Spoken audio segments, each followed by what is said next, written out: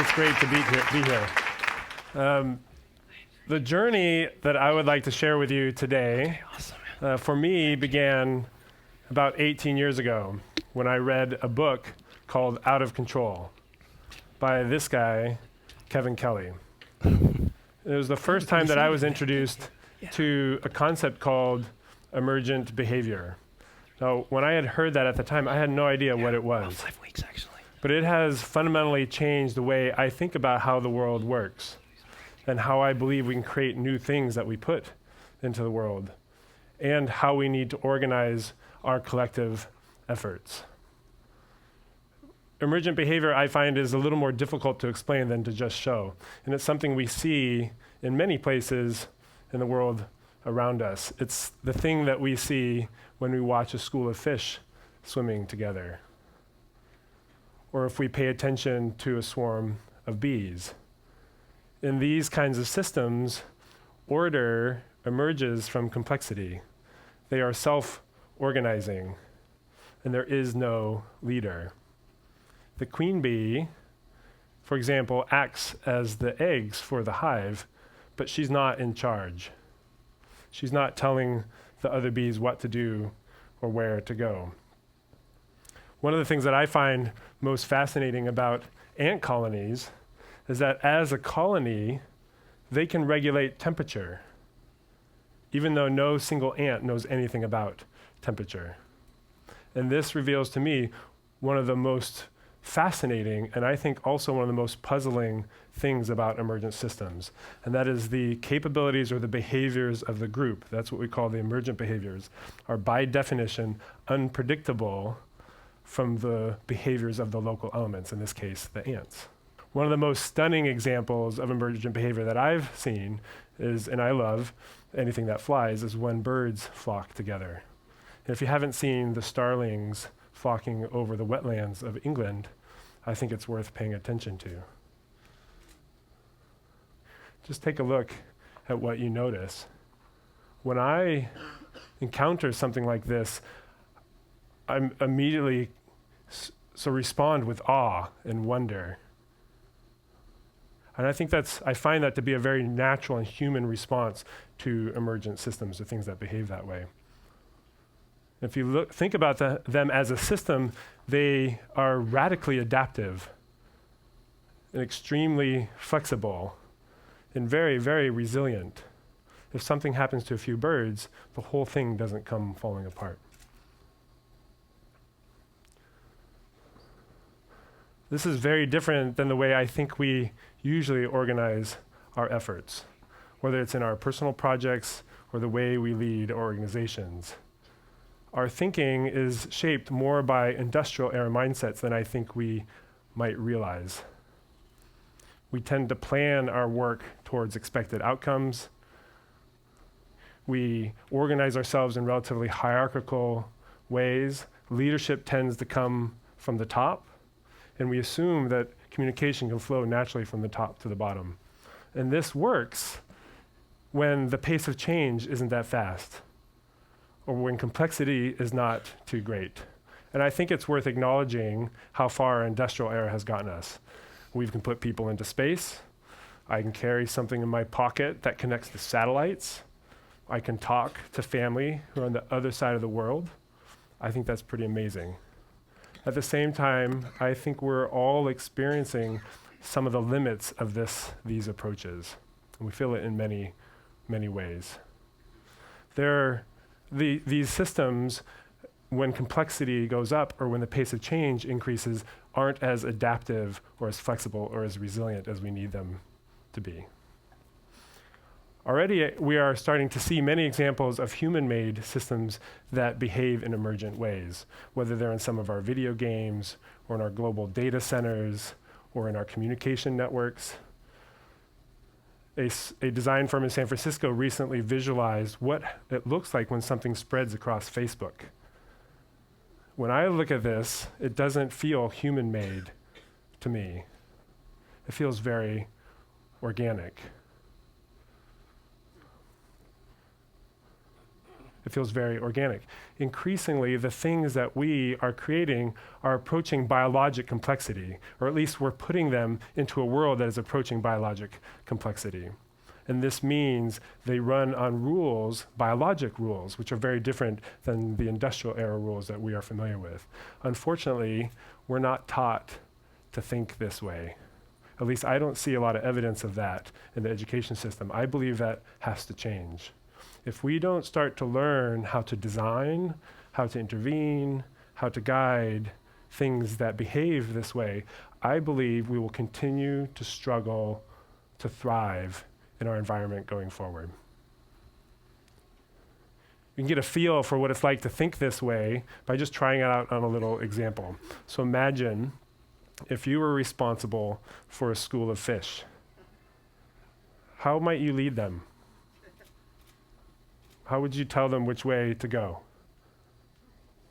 Or how would you design a strategy to coordinate their efforts in response to a predator? Very quickly, you realize that you don't get to tell the school which way to go. They're not swimming along looking for some boss fish to give direction. We have to stop thinking at the school level. It's important to pay attention to the school level, but we need to think at the local level. And it's interesting to ask, if you were to design, what are the rules that govern the behavior of an individual fish? If you think of it that way, we might come up with slightly different ideas. If we approach it that way, it might be something as simple as swim along close to your neighbor. And if you see something scary, swim away. And we might just start with that. And we don't know if it works until we run the system. But if every fish runs on similar local rules, then as a collective, they will swim together as a pack. And if one fish over here sees something scary, they'll swim away, which means the one next to them will swim away, and so on. And that will cascade through the school. So as a school, they will respond amazingly nimbly to a threat without any central command or coordinated effort.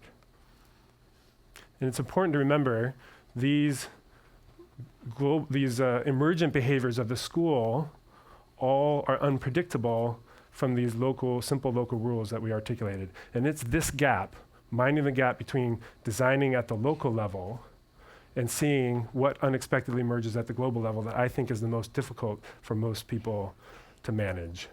Perhaps is the most important for us to start to gain intuitions around. For the last 10 years, leading the Stanford D.School, I've been experimenting with ways that we might apply these kinds of thinking to create an organization that doesn't run like most organizations, but one that might be more adaptive or more resilient. One in which the creative potential of everyone involved gets released to its full potential.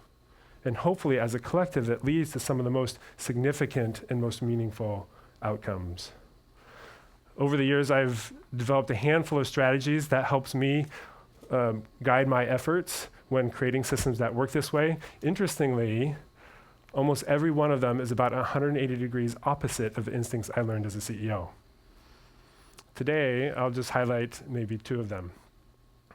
The first is to identify the elements that matter in a system by paying attention or looking for the patterns that exist at all scales, in small versions of it and big versions of it across the system. And this is a phenomenon that we see everywhere in nature. If you're familiar with a nautilus shell, that shell is just the same pattern repeating itself, starting very small and increasing in size over the course of the shell. We see this in trees. What is a tree except a trunk that branches into branches, and those branches branch into more branches, and so on?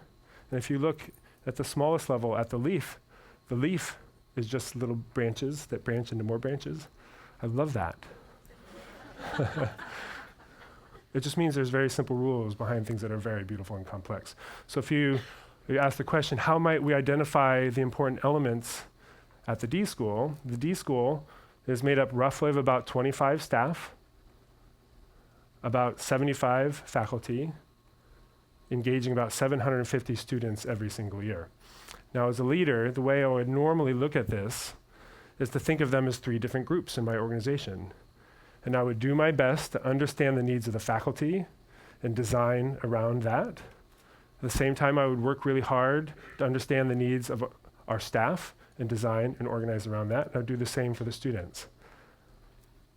If I'm not careful, what I can end up with is 3 groups that operate with different behaviors and cultures and norms, creating organizational friction across those groups and siloing the organization and making it harder and harder for that organization to adapt. So instead of thinking of them as 3 different groups, if we think of this as a collective or as a system and started asking the question, how do we find the patterns that exist across the system at all scales, we might find a different way to think about it. One of the first patterns that I saw across the whole D.School was the 3 to 5 person collaborative team. Our students work in teams, our faculties teach in teams, our staff collaborate in teams. It was something that we saw everywhere. So our classes were just maybe a handful, 5 to 10, 3 to 5 person teams. Our curriculum was just a number of classes of these groups of teams. So it existed at all scales. So that's the pattern we paid attention to, and that's the one we wanted to figure out how to make work. What's interesting, if you take this approach, any innovation that you come up with spreads very quickly across the system. So when we come up with an improvement or a new idea of a kind of team space when we're working with our students, that gets spread very quickly and benefit our faculty and our staff. Every little change or improvement you made the whole system stronger. Okay, that leads us to the second strategy that I want to highlight today. So once you've identified the elements that matter with these scale-independent patterns, the second thing you need to do is to articulate the local rules of behavior. And this would be the equivalent of designing the rules of that little fish. At the D.School, the way we articulate our behaviors is from a process that is sometimes referred to as design thinking. Now this right here is a whole nother talk.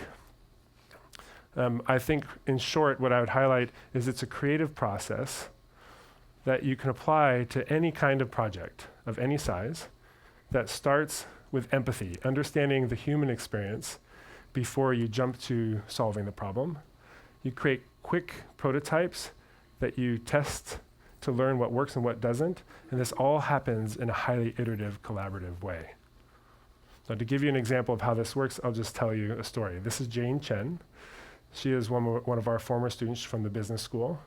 She and her team were given the challenge to design a cheaper incubator for babies who were born in developing countries like Nepal.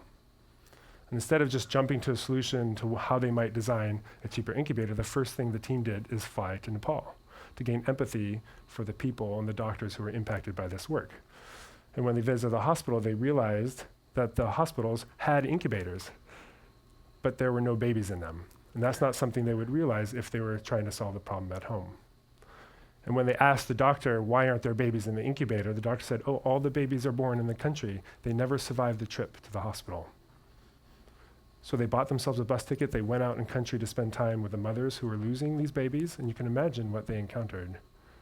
And they realized that it didn't matter how cheap they made the incubator, it wouldn't solve the problem. What they needed was a better way to keep babies warm. As soon as you frame the problem that way, a whole new range of ideas can emerge, including something that looks more like a sleeping bag. They call this an infant warmer, and it costs less than 2% of a traditional incubator. Many of the students are now living in India. They've launched a company called Embrace. Many of you may have heard about it. I think this is an amazing story. But this is just an example of Jane and her team were using this process to guide their behaviors. It started with empathy and lots of little experiments along the way. Now you can imagine if every team in the D.School, students and faculty and staff, were working with a similar set of norms, as you start to spread this, instead of creating an organization that is siloed and difficult to adapt, you're creating an ecosystem that is more flexible and more resilient, that leaves room for the creative potential of everyone involved. And if this works, you get to some radically unexpected outcomes, some meaningful innovation. And we've already heard some of the examples of this. So Jane and her team have already saved, I think, something like 22,000 lives of babies. And for the next 3 years would be positioned to impact millions of lives. Another group of students launched a company called Delight. I just checked their website today. I believe they've impacted over 25 million lives. I think 7 million kids now have access to solar light. I think saving almost $750 million in energy costs that would otherwise be spent.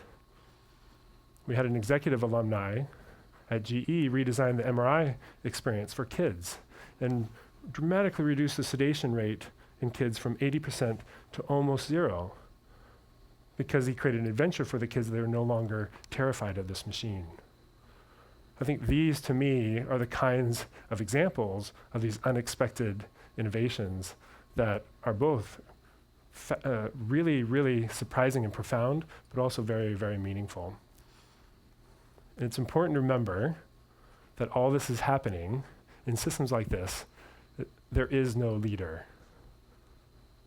And this was very frustrating for most of my team in the early days of the D-School. They were expecting me to step out like the CEO and set the direction and the vision and the strategy, and I didn't do that.